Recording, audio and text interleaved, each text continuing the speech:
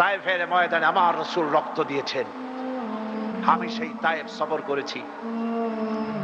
সেই তায়েফ, আমি তায়েফের ইতিহাস হাদিসে পড়েছি, চোখে দেখি নাই। তায়েফের চিত্র নিজের চোখে দেখে প্রাণ ভরে কেঁদেছি, যেখানে রাসূলের রক্ত পড়েছে। 3টি জায়গায় রাসূলের রক্ত পড়েছে। সবচেয়ে বেশি রক্ত পড়েছিল যে জায়গাটিতে, সেই জায়গায় প্রাণ ভরে কেঁদেছি। আমার স্ত্রী আমার সাথে ছিলেন। আমি তায়েফে গিয়ে লোকেরা আমাকে যখন বলল বিশ্রাম নিতে, আমি বললাম না, বিশ্রাম করব না, আগে আমারে নিয়ে যাও। আমার রাসূলকে মারছিল যে রাস্তাটা, ওই রাস্তাটা আমার আগে দেখাও। 3 দিনের না খাওয়া,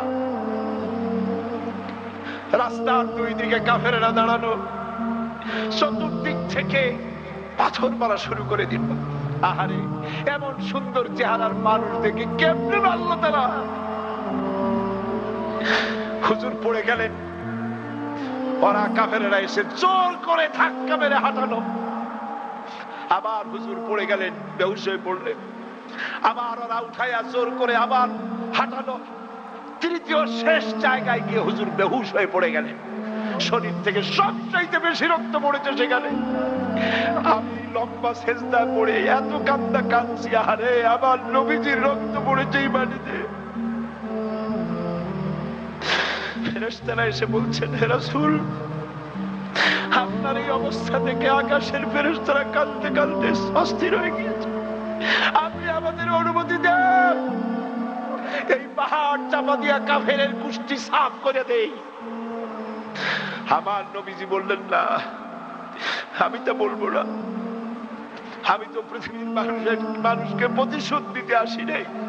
আমি যদি হুকুম করি আর আমার হুকুম মতো সবগুলি যদি পাথর চাপা দিয়ে মারিয়ে ফেলে দাও, তাহলে আমি কাল কালে পৌঁছাবো লা ইলাহা ইল্লাল্লাহু মুহাম্মাদুর রাসূলুল্লাহ।